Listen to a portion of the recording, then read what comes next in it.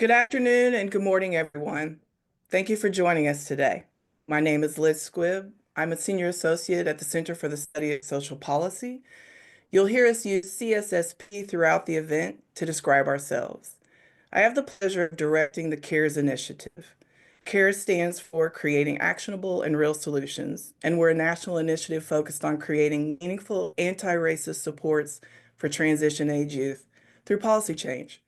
Today's virtual discussion is the first of two, and we are excited to have you join us as we explore the CARES initiative and our policy priorities with a focus on the local policy agendas that have been developed by and for young people. Over the last 3 years, with the generous support from the Conrad and Hilton Foundation, CSSP has worked with a cohort of young leaders from Los Angeles, New York, and Atlanta to reimagine how to support and affirm young people. These young leaders who identify themselves as CARES ambassadors have firsthand experience with systemic barriers and the failures of the foster care system, especially for Black, Indigenous, Latinx, and other youth of color. Rather than focusing on those barriers and failures, the ambassadors worked alongside CSSP staff to identify anti-racist solutions that support all young people and their families and communities. CSSP's work within the initiative is about building the ambassadors' capacity to take on leadership roles and shaping policies that affect their lives and the lives of their peers. By centering the voices and experiences of these young people, CARES is creating a more just and equitable approach to policymaking. The CARES initiative is not just about change, though. It's about transformation. It's going beyond improving the existing systems to envision a future where policy centers on young people's ideas and freedom. The ambassadors are building a movement by creating a strong foundation and putting energy and momentum behind turning these ideas into action. And today is a perfect example of that. I'm going to hand things off to Leonard Burton, our president and CEO, who will share some reflections on the importance of the CARES approach and the value of co-designing policy with those it will impact. But before I hand things off to Leonard, I want to say how grateful we are to have him here with us today. Leonard is a tireless champion for young people and has dedicated his career to improving systems and communities that serve them. In fact, he just slid into the comments into the discussion today because he was helping a young person change a flat tire. Leonard? Hello, Liz, and everyone. Welcome to this important conversation. I'm happy to be here with you today with our panelists. It's good to see Tiffany and Jada again. We've been working together for so long over the last 3.5 years on this CARES initiative. Young people from multiple jurisdictions, Los Angeles, New York City, and today our focus is the work around the young people, the work that young people have been doing in Atlanta. Yeah, Liz, I just finished. My hands are still dirty. I'm happy that they are ready to be in this space. I just finished changing a tire of a young lady at Alabama A&M University. Her mother called me and said, can you go over to campus? My daughter has a flat tire. Her mother lives in another state. So I ran over and tried to change the tire and got back here for this. It's the work that we do. Young people should have concrete supports in times of need. They should have social capital, relationships with people wherever they are in community. One thing I want to make sure that we continue to embrace at CSSP, and that we use our power, position, and privilege at CSSP to help advance ideas and needs that young people themselves articulate.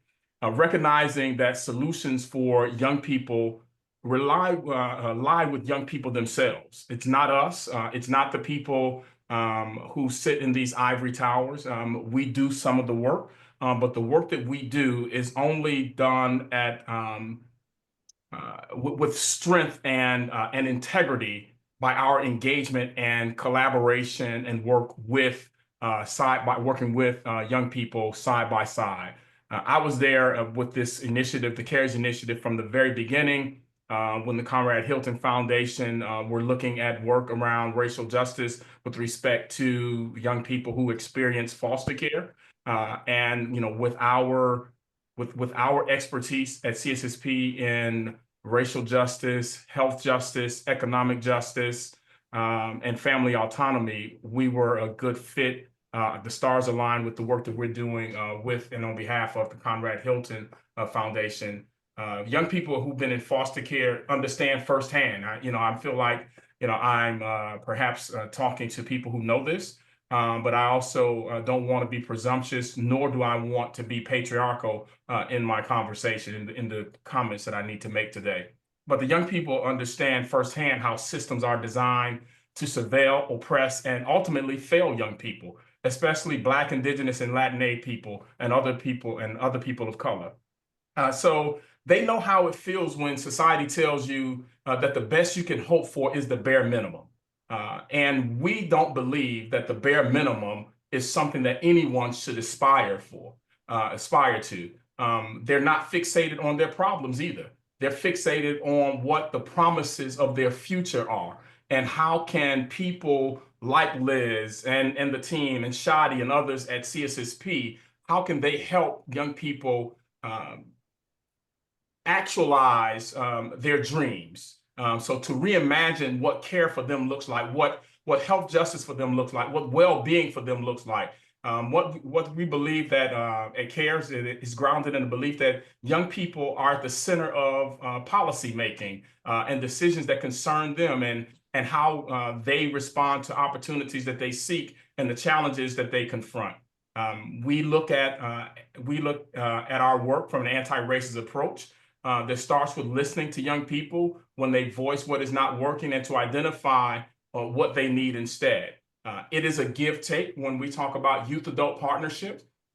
We hear, we listen, we respond.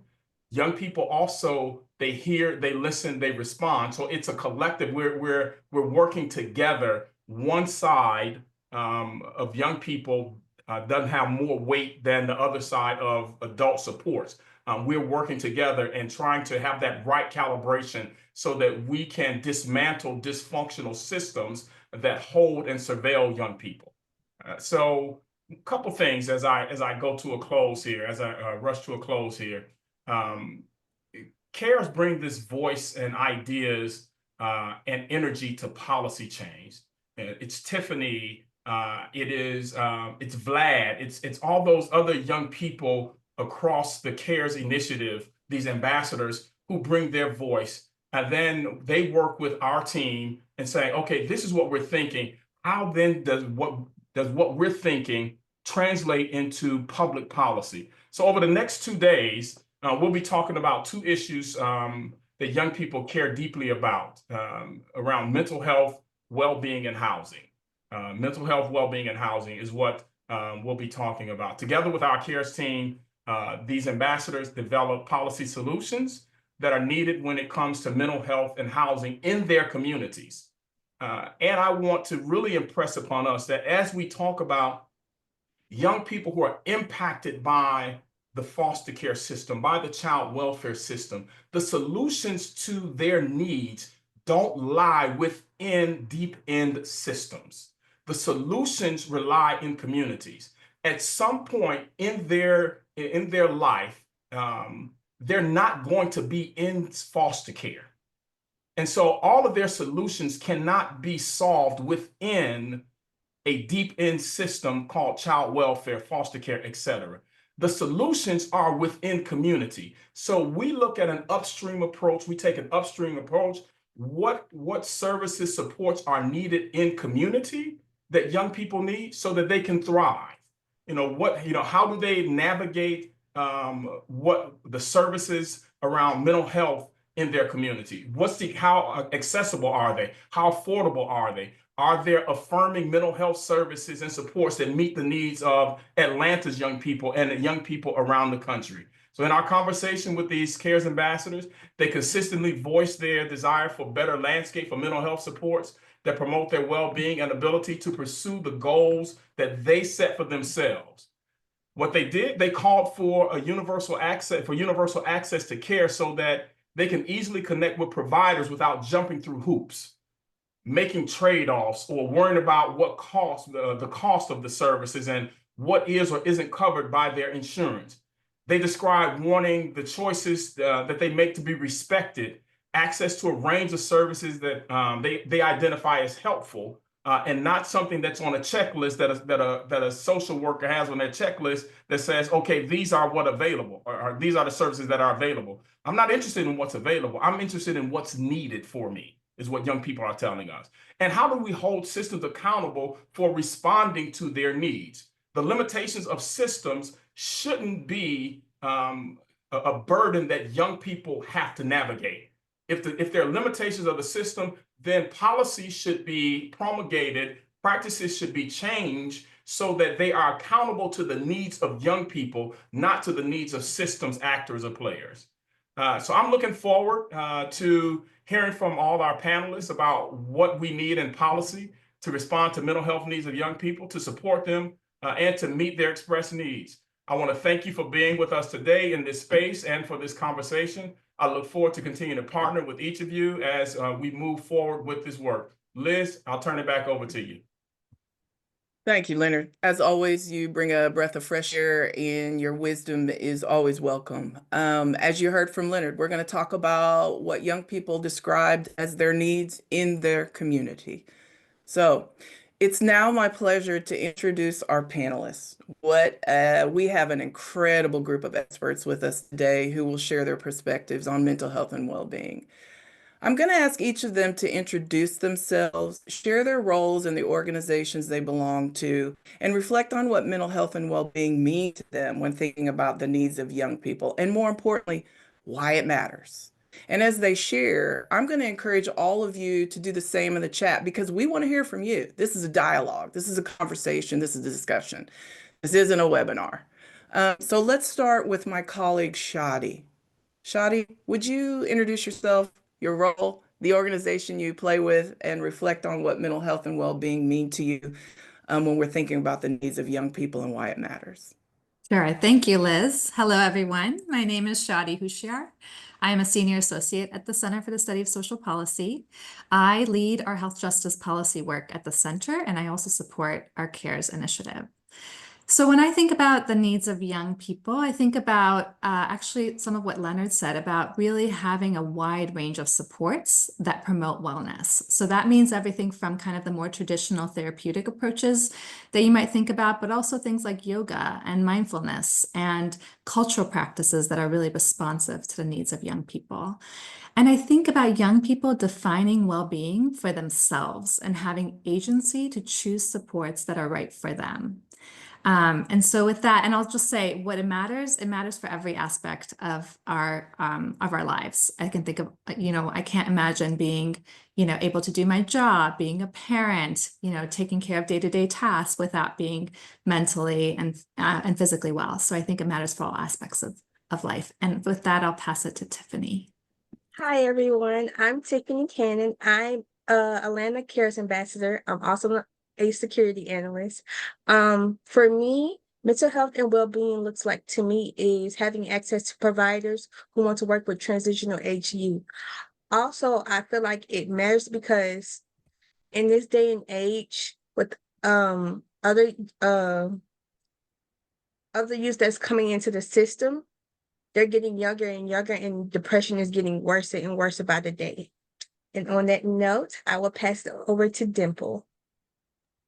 Thank you so much. Good afternoon. My name is Dimple Desai, and I'm a senior policy analyst with Voices for Georgia's Children.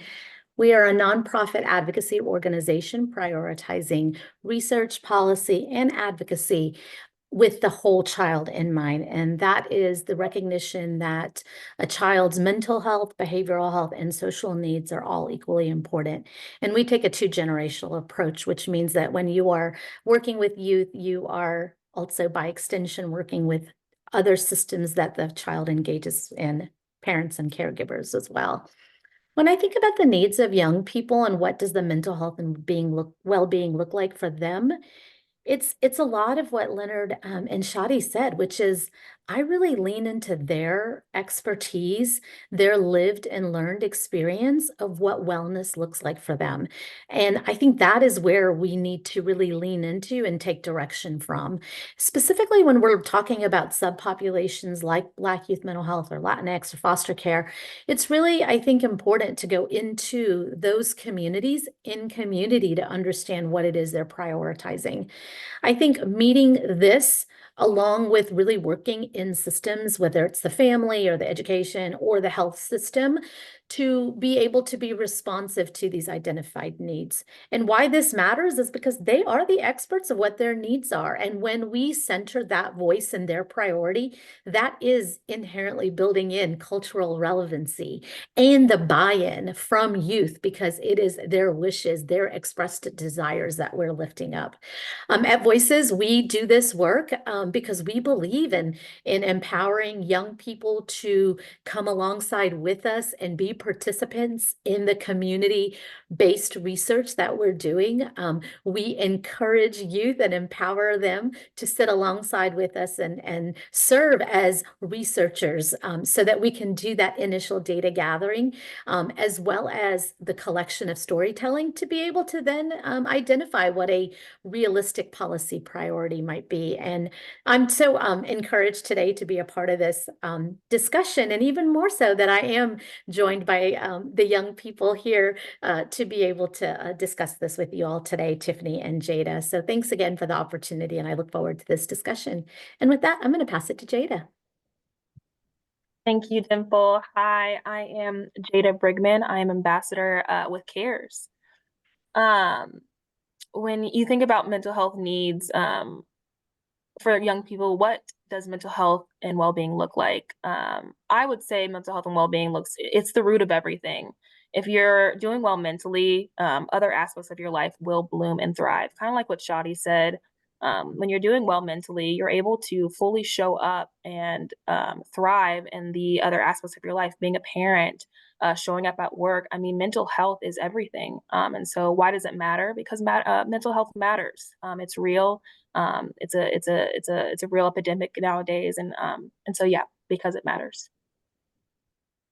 Thank you so much, Jada. I want to be real transparent here. We've got a partner that is finishing and wrapping up another presentation, Mally, a program manager from the National Center for Primary Care at Morehouse School of Medicine. She'll be joining us shortly, so we're going to skip over that introduction, and as soon as she joins us, we'll pause and introduce her. Thank you for working with us on that one.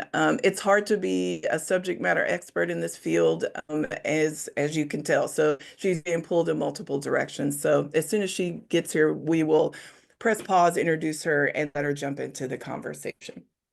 So let's move on. Thank you, panelists, for those powerful reflections. I'd like to go just a little bit deeper, moving from your reflections to your perspectives. And I'd like to start with ambassadors.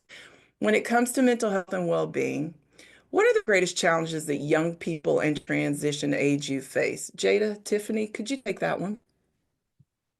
Yeah. When it comes to mental health and well-being, and the greatest challenge is what I would say for transition age youth and just youth in general. I believe the greatest challenge youth experience are not having access to reliable and informed guidance, community, and quality mental health resources. These things, I believe, play a huge role in the decline of mental health in youth. A lot of times when reliable guidance is missing at a younger age, we tend to not know what to do or who to turn to in times of need. Oftentimes that can lead to poor decision making, contributing to mental health problems and or making them worse, right? And so that's what I would say. For me, the greatest challenge for young people in transition age youth experience are based on social, economic, and personal factors. For example, I would say being exposed to traumatic events in their childhood, navigating friendships, romantic relationships, and peer pressure. And the biggest one right now is social media with the cyberbullying, social comparison, and feeling inadequate. Also, I would say the high cost, the lack of insurance, or even having a shortage of Black mental health professionals who understand them also play a big part. So these young people feel lost and don't have anyone they can turn to be their support. Thank you, Tiffany. Thank you, Jada. As you see, the reflections from young people are the most important. They have the closest proximity to the issue. But let's move to our partners. Dimple, could you share your perspective on what should mental health policy do? What's needed in policy to be responsive to the needs of young people, both broadly and if specifically in Atlanta? Thanks, Liz. Yeah, I think in order to be responsive to the needs of young people, it is imperative, it is critical, it is very necessary to meaningfully engage young people in the conversation. And what I mean by that meaningful engagement is we must gain their participation in a meaningful way. The way I like to talk about this is really referencing this ladder of participation. This is a visual that really, I think, helps to further punctuate the need for engagement. But what does it look like when we are engaging in meaningful discussion and participation versus something that might be lesser than? And so anytime that we are in community with any stakeholder or any program partner, this is one of the first conversations that we want to have, which is if we're going to be directing anything, whether it's a practice or a policy or a program, to young people, we first need to get them at the table. But we don't want to do it in a way that feels what is depicted here as the bottom rungs of this ladder. We don't want to have that participation look like tokenism or decoration. And to be honest, I think well-meaning intentions, sometimes this is where it falls and this is where it lands. You know, we are attempting to have a meeting to have these discussions. Oh, the agenda doesn't include any young people. Let's reach out and get a few people there represented. Okay, well, sure, that checks a box. But what happens when they come to this meeting? How are they equally empowered to be able to participate in the conversations, to understand the context of what's being discussed? What kind of adultism are we, I would say, intentionally building in to ensure that everyone's lived and learned experience is equally valued as we're having this discussion? And so a lot of the work that we do, we are really encouraging and challenging our programs and our partners to really look at these higher rungs of this participation ladder. What does it look like if it's adult initiated, but then we have decision making with the young people? What does that look like? What do we need to do pre-meeting activity to ensure that when we get into the meeting that this is something that we're going to be able to execute? What does it look like to have youth initiated and directed initiatives? Where can we lean into letting them initiate that dialogue? And then how can we get to a place where I think the gold standard, if you will, is youth initiated shared decision making alongside adults? And so we do a lot to build this into the ways that we engage young people in the work that we do. And some of it, to give you an example of what this could look like, some of it is really ensuring that when we get into this meeting, are we holding space for some type of a check-in, some type of a, I don't know, we call this different things in our field, right? Emptying the cup, some type of a way to bring everyone into a level kind of playing field, if you will. And so a lot of the ways in which we do this is we have a go-around question, and that go-around question is something that is asked that is then a meaningful response from each of us. And that helps to build rapport, that helps to build some insight maybe into the individual about what they're sharing, but that also just helps to kind of set the context and tone in a very even way. Another example of youth participation is we actually, in one of our projects, are doing a youth adult power sharing training where we are actually talking about some of the isms that might exist. And what am I going to do? What am I going to take accountability for that if this ism shows up, how are we going to pause, address it, and then meaningfully move forward? And finally, a third example is some ground rules. We have such a creative way of working with the youth to identify what these ground rules are. And one of them, just as an example, is something that could be, don't yuck my yum, which is like, you know what, I have opinions and I have experience and I have impact to bring, might not resonate, might not be something that someone was looking for, but everyone's perspective is of equal value. So that's a little bit of an example of how we kind of, again, in the work that we do, really go beyond just centering youth voice, but bringing it up to that next level where we are very much equal partners in this work. Dimple, that is great. I think we all love Heart's Ladder, and I think those of us that are in this ecosystem know how important it is to stick to those. I want to push you just a little bit harder. Thank you for talking about how to do and what to do. Could you talk a little bit more about what we're getting right as it relates to policy? And I'm going to follow with Tiffany and Jada to talk just a little bit about gaps. But if you could, help shape the stage for us about what we're getting right when it comes to policy. Yeah, sure. I think this is a really important year for Georgia in celebrating one of our wins.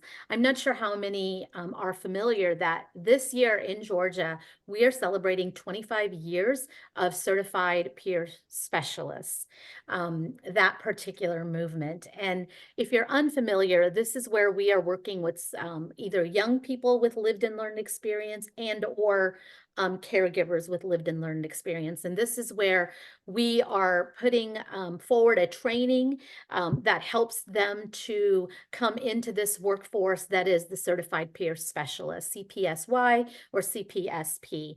And this training is meant to do two things. It's meant to prepare them for some of the job opportunities that are available to them, but it's also meant to foster and continue their own recovery journey. And so I think that's really a huge win. We were the first state to receive Medicaid reimbursement for peer support all the way back in 1999. And we were the first to make it statewide as a mental health rehabilitation option. And so I think that's a really huge win. And I'm so excited that Georgia is being celebrated and lifted up, not only in our state, but across the country. And I think that's a really important infrastructure for the workforce. I know Jada and Tiffany talked about that a little bit in terms of we have a very diverse demographic of youth in our state. And so I think one of the opportunities, again, kind of keeping it in this theme of workforce, I think one of the opportunities is really to understand what is the growing need of our demographics and how can we align the workforce to meet that need. And so some of the policies that we've been working on lately are understanding how can we make flexible some of the licensure pathways that can inhibit therapists that have licenses either from other states or even other countries. What is that reciprocity? What are some restrictions? What are some administrative functions or protocols or processes that we can really understand and be flexible about so that we can make this workforce really meet the unique needs of the culture of our youth. And so that is, I think, something else that I think is really important. And that work was started a few years ago as we were seeing the projected numbers of the demographics changing, that we've continued to make that a priority. And we work with a lot of other advocacy organizations, Voices, along with other partners to make this happen. It was a focus of the last session. It's going to continue to be a focus of this session as well, because as Jada and Tiffany lifted up, we want our populations of Black youth mental health, Latinx, foster parents, we want that. We want those individuals to feel comfortable, and we want to pair in community supports, as Leonard says. It's really important. And sometimes that looks like a very low end support. And when that's the acuity that's needed, let's meet that. And then all the way up into the higher end, deep end services as well. So I think to kind of wrap up, I think a win has been some of the work that we've done to lift up workforce and some of the work that we're continuing to do as well. Thank you, Dimple. I appreciate that so much. And our guest, Mally, has joined us. Thank you for doing double duty, speaking at a national conference and then sliding into our conversation here. Mally, welcome. If you would, introduce yourself. And could I punch you right into the conversation and ask you, what you think we're getting right when it comes to policy and around mental health and well-being? Sure. Can you all hear me? Okay, great. Hello, everyone. My name is Malaka Nzinga, Mally for short, and I'm a program manager in the Research and Policy Division in the National Center for Primary Care at Morehouse School of Medicine. Long title. Sorry for being late. Like she mentioned, I just got done presenting. It went really well. But to punch into the question, agreeing with Dimple and some of the points she made about youth engagement, especially Hart's ladder of youth participation. We have a project right now funded by the Office of Minority Health to find, evaluate, and implement innovative policy solutions that promote Black youth mental health in Georgia. So throughout that project, we've been able to find amazing resources and find groups and bodies of people who are already doing the work.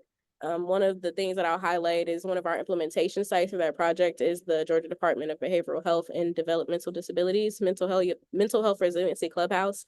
And within that clubhouse, they have several certified peer specialists who serve and are helping to serve on our implementation teams for the project. And it's been amazing to work with the youth within those programs to not necessarily teach them new things, but learn from them as well. And it's been a shared learning source for us and helping to inform our policy for that project. Thank you so much, Mally. I'd love to hear more from you. I want to just quickly jump to Jada and Tiffany. Can you talk just a little bit about where the gaps are? Where do you see the gaps? Where is policy falling short for young people in Atlanta, Jada? Tiffany? Right now, to me, there's gaps everywhere. Mental health policy keep failing because there's no real support behind them. Young people are being put on the back burner by systems with people who only do it for a check and not to actually help and get down to the problem. This affects all of our mental health, not just a part of it. So the whole mental health system needs to be fixed so it can stop failing all the youths that are behind us. And this is coming from experience because it's what I had to deal with when I was like 22 and younger. Working with an insurance company, I see how certain things can affect a child who needs help and not be able to get it because it's either not covered or it costs too much. And it shouldn't be this way at all. Jada, would you answer that for us as well? Where do you see the gaps or policy falling short for young people in Atlanta? Yeah, that is a great question. And it's so hard to follow up with everything that Dimple and Mally said. I'm like, oh my God, I almost felt bad. But it's good to hear all those things though. Yeah, so where I would say policy is falling short, maybe I see some gaps for sure. It's kind of like policy just needs to cover every aspect of a youth's life to set them up for success and advantage, right? Well thought out policy that is generated with the help of youth can really begin to fully support and meet the goals that are generally trying to be achieved through policy nowadays, right? There may be support for mental health, but when we really begin to look into these supports, there really is not much there, or it's not reliable, or there is not any support for accessing it. For example, Amerigroup, I'm not sure if you guys are familiar with them. It's a Georgia insurance carrier that is provided to youth out of care, provides mental health resources. They provide a PDF to be exact, PDF document for all in-network therapists. But when you try to call, most, if not all, the resources provided no longer exist. The phone numbers are outdated and or out of service, right? And so it's like the resource is there, but it's not really staying on anything strong, right? And so we want something that's reliable and fully supports youth when it comes to mental health. Thanks, Jada. I know you were specifically talking about Atlanta, and I appreciate that. I want to give you guys one more opportunity to address any other challenges that that young people face in Atlanta. Jada, Tiffany, either one you want to add?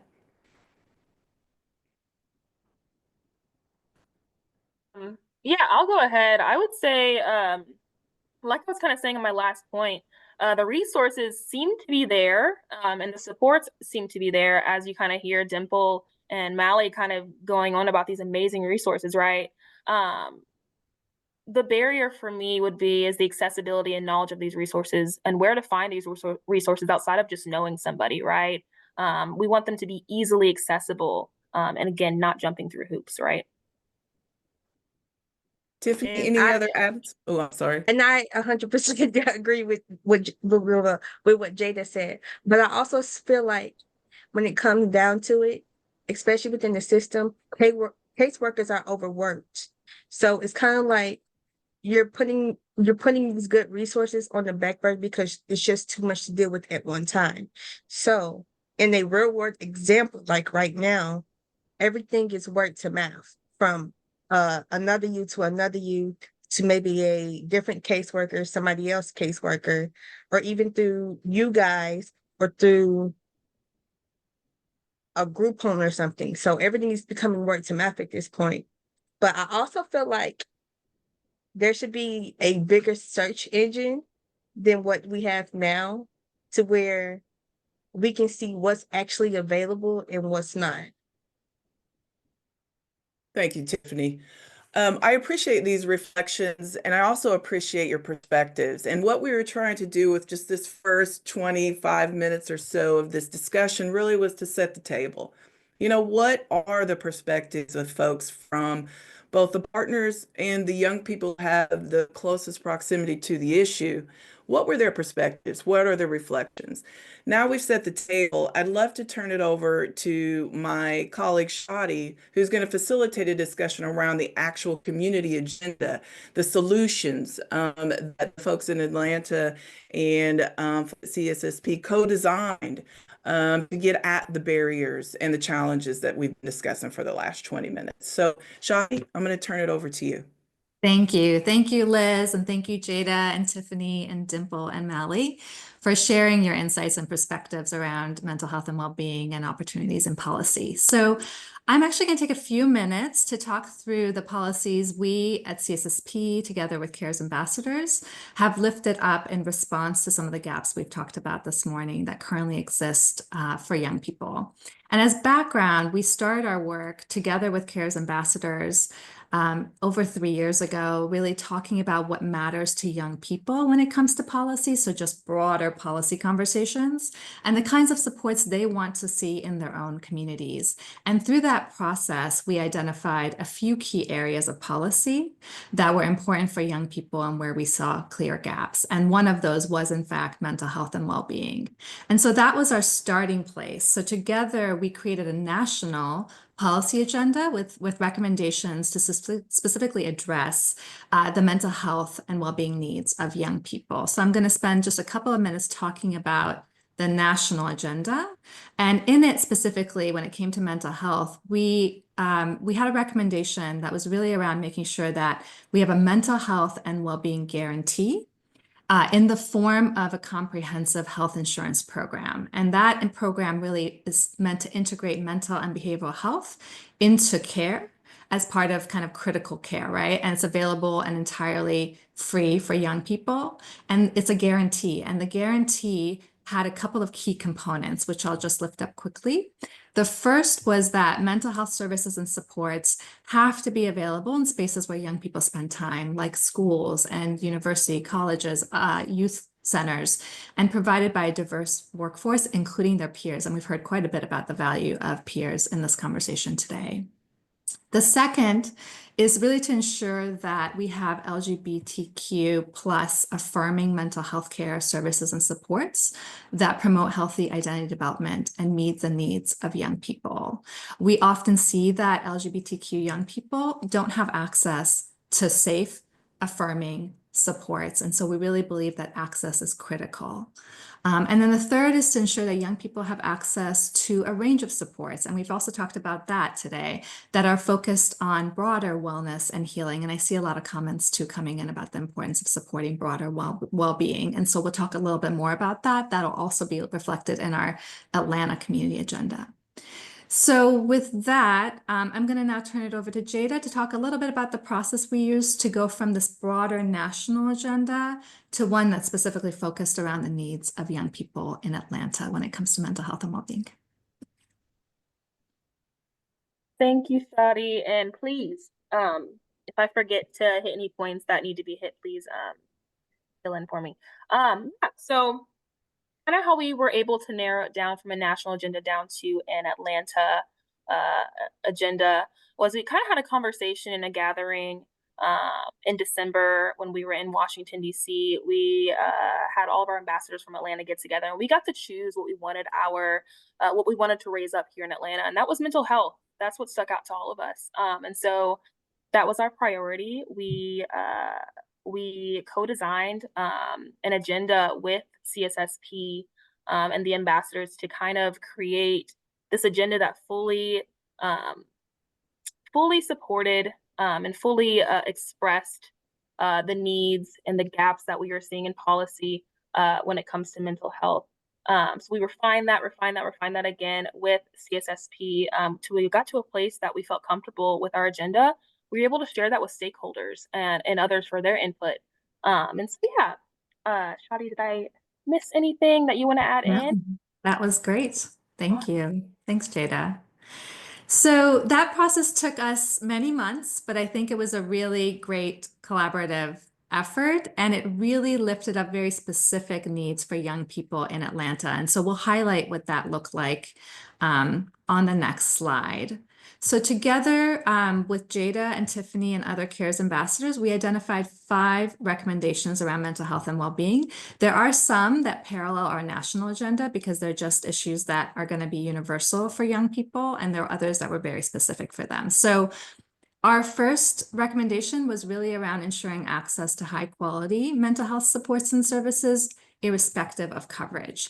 So this included a couple of key pieces. One was guaranteeing that cost is never a barrier to care by ensuring that young people have access to comprehensive health insurance that's available, again, to young people and entirely free. So that does parallel our national agenda, but it's something that they felt very strongly about. It also means ensuring young people have choices when they seek mental health care by removing barriers that really limit the provider pool. And so we'll talk a little bit more about this later, but that was a big need for them, is they want access to more choice when it comes to providers. There was also a focus on improving quality of care, and we have a few strategies for that. And also ensuring choice and continuity of care for young people who have been in foster care by allowing them to choose their provider, and when they leave foster care, to continue to see their provider of choice up to age 26. And this was something that they felt very strongly about. To have, once you establish that connection, that relationship, to be able to carry that forward was very important for them. Our second recommendation was around ensuring access to navigators who can support young people who have been in foster care as they navigate mental health systems. And we had some criteria for navigators. So they should be knowledgeable about the mental health system and supports that young people interact with, and be able to connect them with those resources. They should be connected to a young person before they age out of foster care and available to them as they establish that foundation for the future. And they should include peers who have expertise and experience navigating the mental health system and can deploy those experiences to support other young people. And again, this really came out of conversations with Jada and Tiffany and other young people who, as we heard today, said, we don't know what's out there and we don't know how to connect to it. And the importance of having someone that's knowledgeable, that's a peer, those were really important. A third recommendation we had is to ensure access to mental health providers of color. I think, Tiffany, you lifted that up earlier today too, and in particular, Black mental health providers. And we also thought about the need to increase the availability of mental health providers of color. And so what do we need to do in policy to support that? And that includes creating career pathways for providers of color through incentives like scholarships and loan forgiveness. It means providing equitable compensation for a more diverse mental health workforce that includes roles like community health workers and peer counselors and peer specialists and others in those similar roles. And it also means creating accessible resources that are up to date. We heard from, I think, Jada, who, there's a resource out there that might have providers, but none of them are available or they're not accurate. So having access to resources that help us identify providers of color that we can connect to. Our fourth recommendation was around ensuring access to a range of supports, including those that promote wellness and healing. We saw that in our national agenda. We've talked about it today. The couple of points that we'll lift up in that recommendation is, and I saw some of this in the chat as well, it's really important that we have these resources available without conditions like the need for a diagnosis or limitations on the number of visits you can have, that these are covered by insurance without requiring a full evidence base behind them, right? That's often a limitation that kind of keeps access to important services that can be responsive to young people out of reach. Again, making sure they're responsive to the needs of LGBTQ young people, but also young men and fathers. We heard that from our Atlanta ambassadors. We also want to make sure we're pairing all this with training for mental health providers to ensure that they're ready to deploy these range of services for young people. Again, making sure that connection to quality trained mental health providers, and really make sure they're reflective of a variety of different therapeutic approaches that young people need. And our final recommendation is really holding the mental health system accountable for responding to the needs of young people who've experienced foster care. Accountability has time and again been sort of a key issue that young people have raised up for us in mental health policy, and you'll likely hear it in our housing conversations and in every policy that we've discussed. So for mental health, that means putting in place accountability mechanisms like performance metrics for providers and health systems and insurers so that they are responsible for meeting the needs of young people.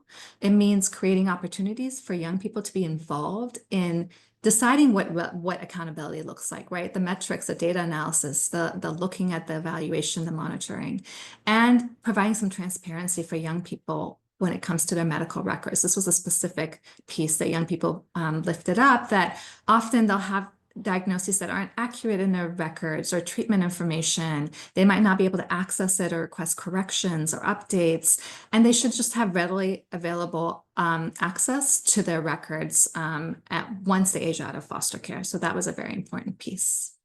So I've now gone into detail on all of our recommendations. I want to pause now and turn to our panel to hear their reflections on these recommendations. And so I want to start with Jada and Tiffany and ask you each if you can share what policy or policies in the Atlanta agenda really resonate for you. What stands out as sort of policy need and a solution that we need now? And maybe we'll start with Jada. Thank you, Shadi. Yeah, so what policies or policies in the agenda resonate for you? 100%, I'm gonna have to go with the ensure access to high quality mental health supports and services. I would say the resources that are available to us are very the ones that are provided by AmeriGroup, the insurance that is given to us by the state. When it comes to mental health resources that are available to us are very generic, for a lack of better words. Transition age youth are just starting out in life. Keeping this in mind, most will not be able to afford what they view as high quality or high quality mental health supports, or supports that are actually effective. I believe it's something we should have a right to: therapists and resources that are effective. The resources that are provided by the state when it comes to mental health supports feel more, and this is just kind of an analogy that I use, feel more like being handed a piece of tissue for a cut instead of treating the cut and making sure it heals well and doesn't leave a scar. And so that would be my input. Thank you, Jada. I think that analogy of thinking about the making sure that a cut is healing well and doesn't scar is really powerful. Thank you for that. Tiffany? For me, it would be ensuring access to mental health providers of color, in particular the Black mental health provider. That part resonates with me for the most. And the reason it does is because having someone that looks like us or them per se, and even understanding the background of the teenage youth, the transitional age youth that are coming in and out, makes them feel more comfortable and willing to open up. There currently isn't enough Black mental health providers within Metro Atlanta who service youth. They only take certain insurances, and either they have fully booked schedules, which causes a lot of issues for a lot of young youth, especially our young Black men within the communities that we live in. So I do have another suggestion or recommendation within this. I feel like there should be like an app within all of our insurance companies, like AmeriGroup, Anthem, I think Peach State, all of them, there should be a way to have an app built for use to have access to and see which providers are updated and which are, and also see their schedules. So it'd be a lot easier process. Thanks, Tiffany. I see you volunteering to help create the app. Yes. We'll be support for you on that. Thank you. Thank you both for your perspectives. So this next question is for Dimple and Mally. As you reflect on the Atlanta mental health and wellbeing agenda, what do you see as opportunity in policy? Is there a policy window or an opportunity now to advance one or more of the recommendations in this agenda? And we'll start with Dimple. Thanks, Shadi. Yes, I am feeling a little bit like Jada and Tiffany in their comment of like, they said so much and now I want to be responsive to so much of what they said as well. So thanks. I do. I think the first policy recommendation, well, actually, first, let me thank you all for doing this work and engaging young people and coming up with this list of recommendations. I have to say that in the work that we are doing and in the projects where we are engaging young people, our research validates, maybe not specifically, but in thematic summary, what you all have found as well. So thank you for that. I think the first thing that I want to touch on is, I think I think there's a win in Georgia, and then there's a policy that we are continually working with to understand how we can better the implementation, if that makes sense. So about 2 sessions ago, we had House Bill 1013, which was a big win for Georgia, and it was our local mental health parity bill. And basically, what you all have been talking about without using that word is parity. A plan has parity. What this means is that a person that's enrolled in that plan has unlimited doctor's visits for chronic conditions like diabetes. That plan must also offer unlimited visits for chronic mental health conditions like depression and addiction. And so that's what you guys have all been talking about. You've been talking about parity. And so we have this great landmark bill. Well, the opportunity is working with all of the stakeholders in the implementation of it. And what does that mean? And so I want to say that please feel a little bit encouraged in that the advocacy organization is putting a lot of effort and energy behind this. And it is precisely working on some of the specific things that you named in terms of in-network mental health providers. Who are they? Are they really there? Is the number disconnected? Is it a Georgia number, but then I call it and it's like some 1-800 number that's national? How is that useful to me? We are trying to figure that out. Am I having to pay a higher cost for mental health services than I would for other maybe comparable physical health services? We are working on that. I think, Shadi, you mentioned prior authorization. Do I need prior authorization? Do I really need it, right? So we are working on that, as well as a lot of the denials. Like, why are these services being denied? Why are we being told that they are not medically necessary? What does that mean? What is the explanation? What is the justification? So all of this is work that we are engaged in. It's not easy work. It's not quick work. It is a long game. So we are absolutely working with the insurance, oh gosh, I'm going to get this wrong, the insurance commissioners, the Office of Insurance Commissioner, and to your point of an app. So yeah, there's all of that is in discussion. Currently, that website is the place where you may go to access some of the information that what I'm hearing would be helpful if there was a centralized location for all of that information. It needs work. It's not user friendly. So all of that is something that we are working towards. And we are completely in alignment with that.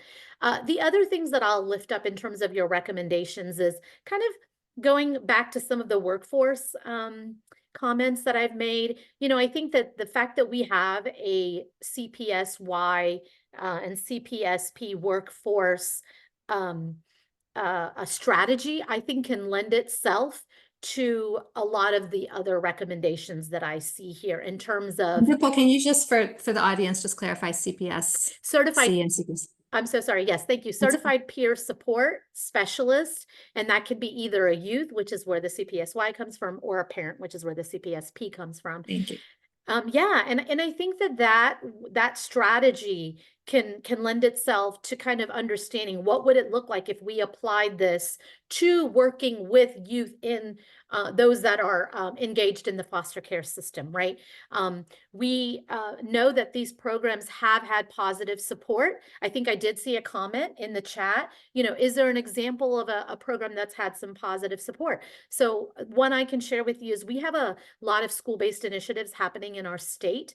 Our largest is called the Georgia Apex program. That is where it's a statewide reach program where the state mental health agency is partnering with community providers and basically putting a therapist in the school to meet the needs of those students. And so in some of our programs, that program also includes a CPSP, Certified Peer Support Specialist Parent or Youth, as an additional workforce to support that work. And why is that beneficial? You know, sometimes in some communities, there is still some stigma around accessing mental health, right? There is some hesitation in, I don't know if I want my child to see a provider in the school setting. Who else knows? Who's seeing that, right? So someone like a certified peer support specialist can help to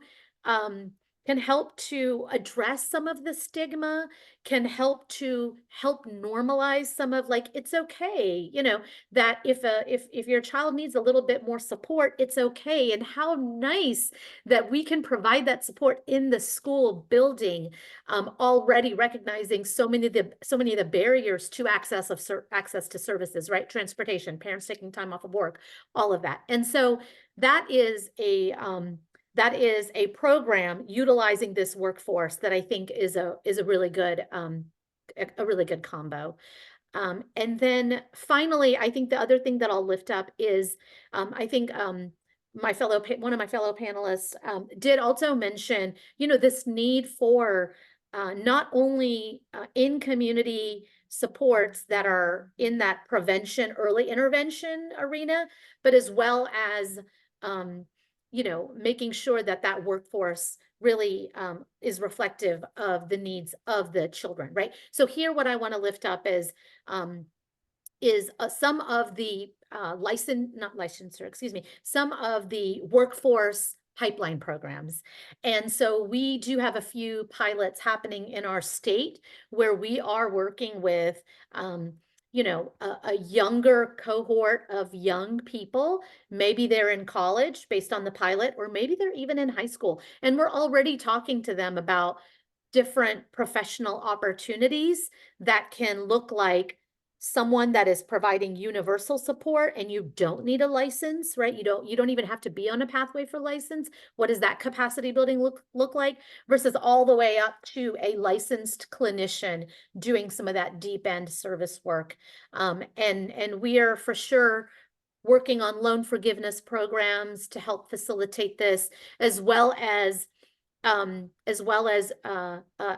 addressing the needs of supervision and that cost, which can often be a barrier as well for those individuals that want to go on and receive licensure and do some of the more deep end work. So I'm very, again, encouraged, and that your research further validates our research. There are some wins, but there are opportunities, and yeah, the advocacy community is working, but opportunities like this where we get to partner with young people to make sure that we are lifting up their voice. And then again, in spaces where we can do more than that, bringing back Heart's Ladder, that's what we're prioritizing. Great. Thank you, Dimple. It is really encouraging to both think about how all of our work is kind of aligned in terms of what we're finding and learning in our partnership with young people, but also thinking about the opportunities in mental health parity, in the workforce pieces that are moving forward in Atlanta and some of the other areas that you lifted up. So thank you for sharing that. Molly, I'll turn to you and ask the same question. As you're looking at this agenda, are there policy windows you see opportunities to advance one or more of these recommendations? Yes, thank you. So I did want to highlight, even within our project, our chosen policy ended up being increasing youth informed and youth led mental wellness activities. So really listening to the youth and giving them the space to tell us what they need. There's a huge policy window right now in Georgia, and mental health has been a huge topic for legislators, like what Dimple previously mentioned with the Mental Health Parity Act, which was great. And there have been adoptions to some large bills and broad bills in the last few years, in particular to the category areas that you all mentioned today, and the ensuring access to navigators who can support young people in the foster care and mental health systems. I think Dimple also touched on it. The certified peer specialist movement aligns very well with this recommendation, increasing the number of certified peer specialists, in particular Black youth, and expanding this program and ensuring that all youth have access to peer supports. And then the other being the ensuring the mental health providers of color, in particular Black mental health providers. Morehouse School of Medicine is one of 4 HBCU medical schools in the country and produce physicians of color at a higher rate than predominantly white institutions. And our psychiatry department is developing innovative programs that have had a major impact on youth and the youth they serve. And, you know, this is great, but more is always needed, and especially in rural communities. And I also apologize for being stuffy. I'm allergic to Minnesota. No worries. Thank you for that. Appreciate it.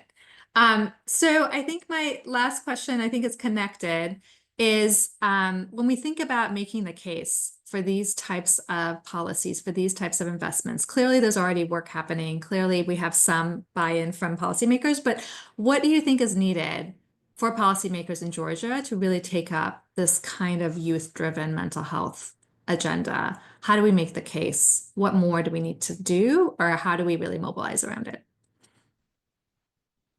And I'll start with Dimple again. Thanks, Shadi. For me, I think it's a formula. And what I mean by that, I think it's pairing data. I come from a research background, so I can't say enough about collecting the data. And here I am talking about the numbers. I think it's really important. I think it helps to identify the reach. I think it helps to identify the penetration. I think it helps to identify the experience in a meaningful way. So I think pairing the data with compelling storytelling. And I think that's where that I still look at that as data, but it's more the qualitative, right? It's what is the experience, what is the perspective? And I think doing this, pairing data with the storytelling in the voice of the person. And so the person here is our young people, right? Like, it has got to be in their voice. And so I think just going back to how are we meaningfully engaged to collect that data? How are we meaningfully engaging to construct that story? In a lot of the work that we do, we apply a youth participatory action research methodology, YPAR, and that is empowering young people to not just come into a focus group and be a participant, but come on the front end with me. Let's talk about the information we want to gather. Let's co-create the facilitation guide and questions. Let's facilitate the focus group together. And where I am an ally in the background, and you are actually the one asking the questions to your peers. And so we want to start with the data with them in mind. Now, how do we take this data and how do we synthesize it? I come from a research background, but I want to empower young people. I want to build some capacity with them for them to do that alongside with me. And now, how do we put this together as a story?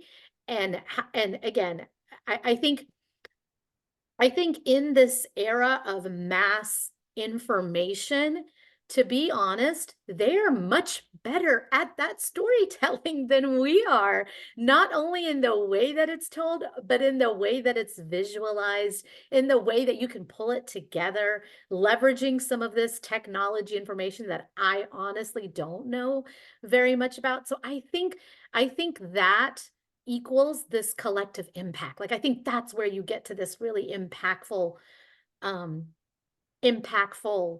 policy.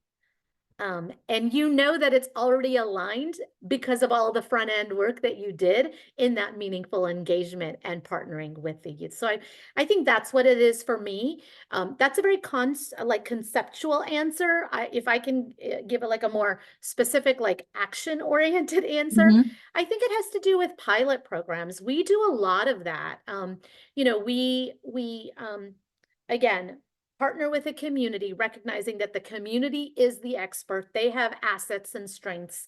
So partnering with a community, what do you think would work to meet this challenge?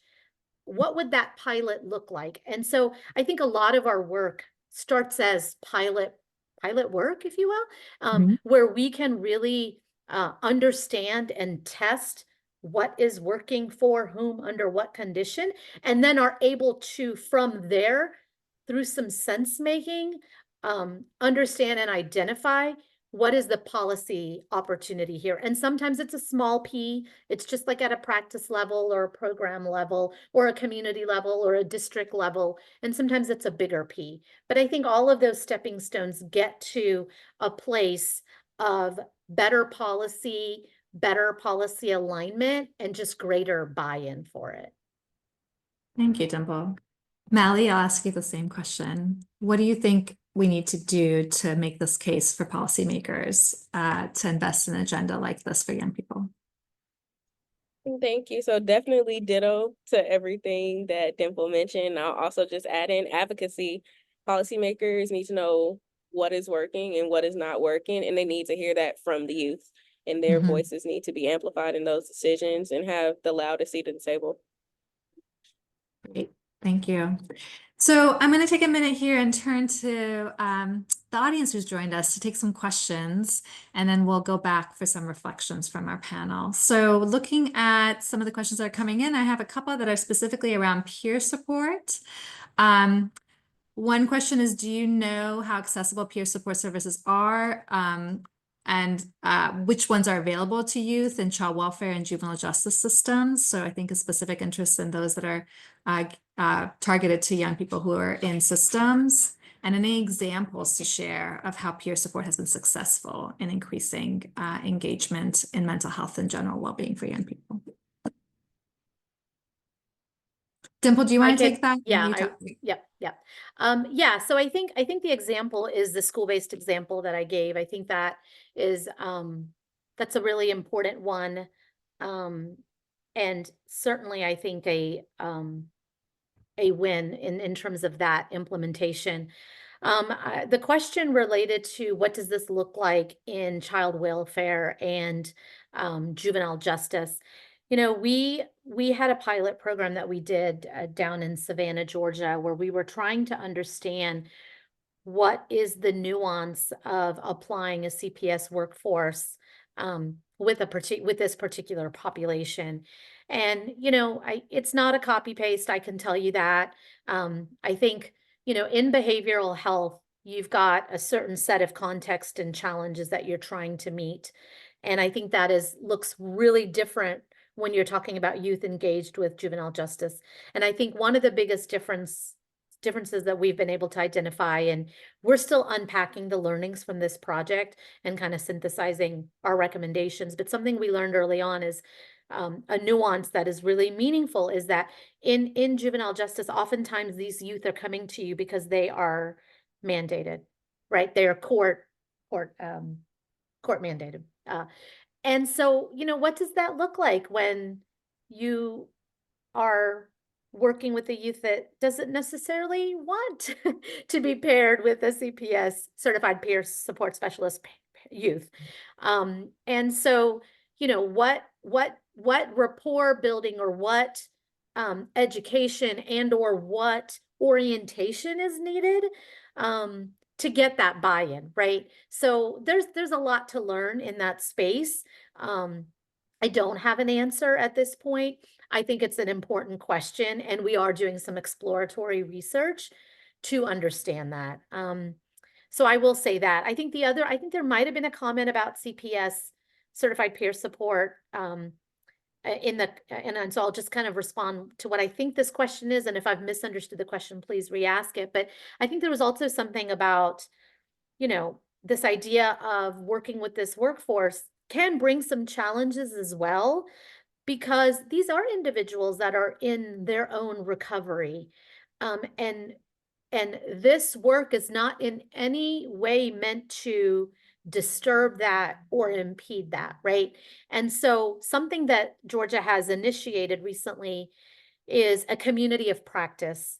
And what that is that's a place for the current workforce, whether you're a parent or a youth, to come together amongst your peers with some facilitation to talk about, like, what are your challenges? What are your needs? Because sometimes it might be a very almost like a low-hanging kind of administrative type support that can be extended, that could help to address a challenge, which could be a very easy thing to do. Or it might be a larger need to go back to some of the training support and fine tune what that looks like to prepare the workforce. And so what is that? Or it might be that there is something else that needs to be supplemented as these individuals are in community supporting others. Maybe they need an additional type of support. And so this community of practice is I think going to be really powerful to bring forward what are some of the either policies or infrastructure that we need to adjust to allow them to continue to do this really important work. Yeah, thank you. Thanks, Dimple. So we have a question about, can you explain further how you want to radically reimagine the future in regards to older foster youth, and are there specific policies, programs, and legislation you plan to pursue? So I can give a quick response, in part because we use this language quite a bit at CSSP, but I would welcome Tiffany, Jada, and others to also weigh in here.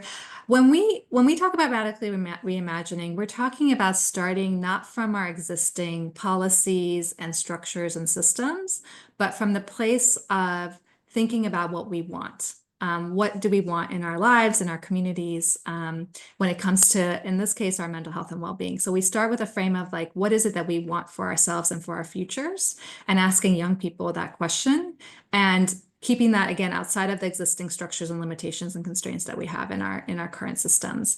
And so we did that work together with young people.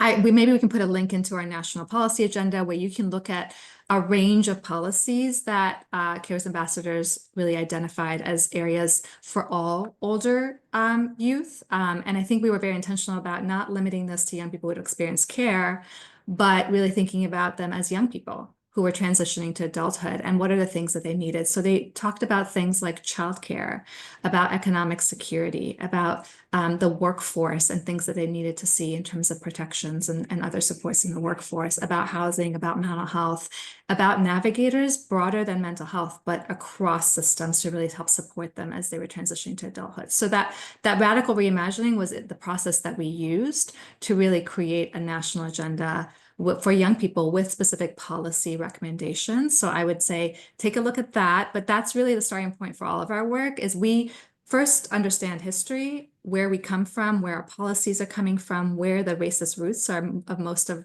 all of our systems and policies really are. And then we really take that and say, okay, but now we want to sort of reimagine the future, and what is it that we want to see there? So I'll put that forward. I don't know if others want to comment on what that means to you all in terms of radical reimagining. Yeah, I'll hop in really quickly. Just kind of being at the table, sharing our needs is what we did at CSSP. Our voices were heard. We were supported in such a way that we were really able to express and reimagine and radically reimagine policies that we felt like would really, really push us up and support us again.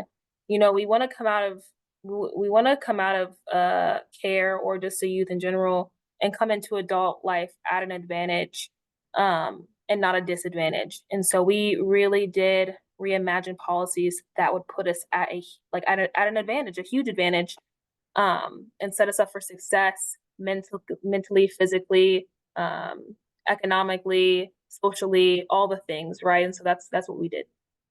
Thank you, Jada. So we have just a few minutes left, so I'd love to turn it to each of our panelists to reflect on a question as we wrap up. And that is what would be one takeaway or action step you have from today's conversation?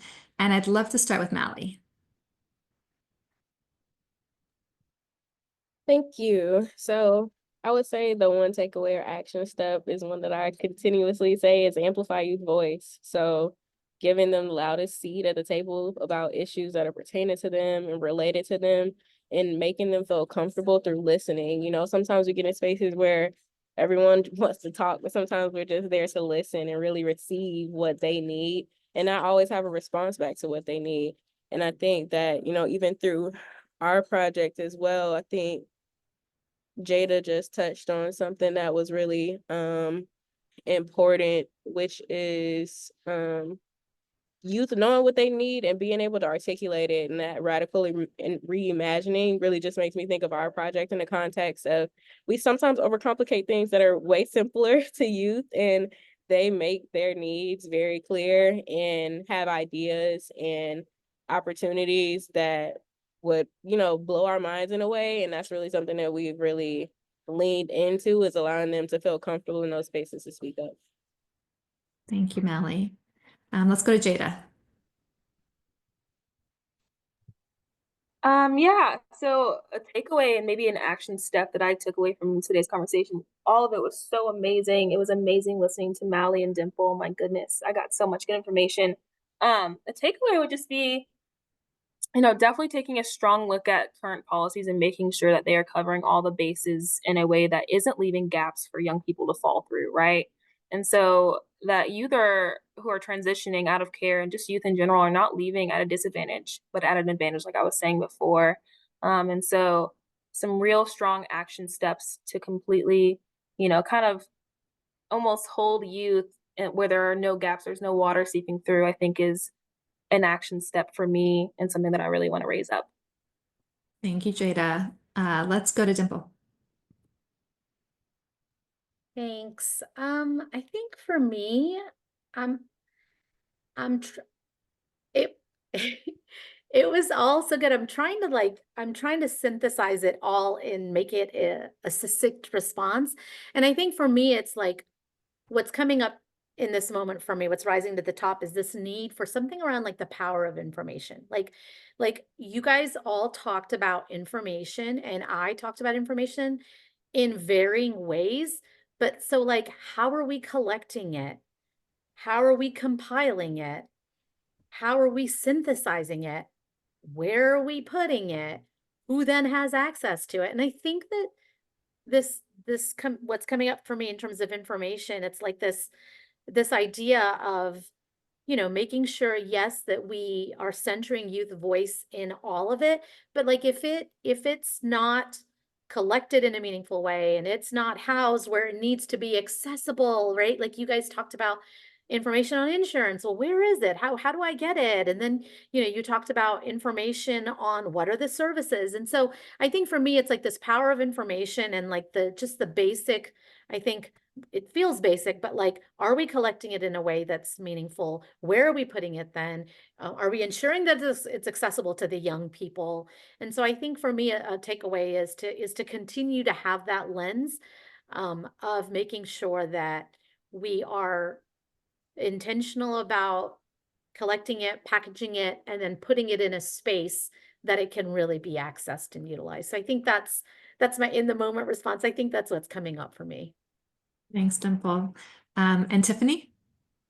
For me, it would be looking at the old policies and the current policy to see where we are between then and now, and also being able to implement what we speak of now to help those who are in dire need of help and begging for it. And also, since we do this now, since we're the youth that like to create policies, include more youth on policy making. Thank you, We Tiffany. get a lot further. We get a lot further than what you guys do, because we get a lot more blunt and want to get to the point. So that would be it for me. Thanks, Tiffany. That's a good one. I think with that, I'm going to turn it over to Liz for any final words and next steps.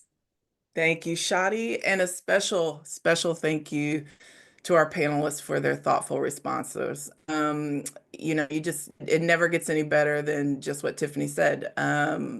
This is working with young people is just where it's at. Leonard Burton, our president and CEO, thank you for joining us in the middle of all the work that you have to do. And thank you all, the participants, the folks that are listening in that took the mid-morning breakfast or the afternoon lunch time to be with us and participating in these conversations. We've pulled all your questions and we'll keep getting at those. I think as we leave, and one of the things that I want you to remember is that CARES is not just about making incremental improvements to existing systems, right? As Leonard talked about, young people do not live in systems, they live in communities. We want to, and we're going to keep using this word, radically reimagine how society supports these young people. We want and we will continue to push for a future that has young people's ideas and freedoms at the forefront of policy and practice. We enjoy policy making with young people. It's a long road to get there. The capacity building must be done and the scaffolding work has to be there so that they can sit at the tables and feel good about what they're putting forward. We want you to stay connected with CARES. We want you to get involved in our work. We want you to visit our website, of course, and follow us on social media. We'd love to have you join us in these conversations. I hope as you leave today that you'll continue the conversations there, wherever you are, and continue to collaborate like we did today. We've dropped the links to the national and community agendas in the chat to support. You can find me. I usually have my cell phone on almost all the time, working with young people. They have conversations that aren't always 9 to 5. So please connect with me if you want to talk more about CARES and how you can get involved. With that, I want to say thank you again for joining us today. And we're leaving early, if you can imagine that. I hope you have a great afternoon. Thank you all.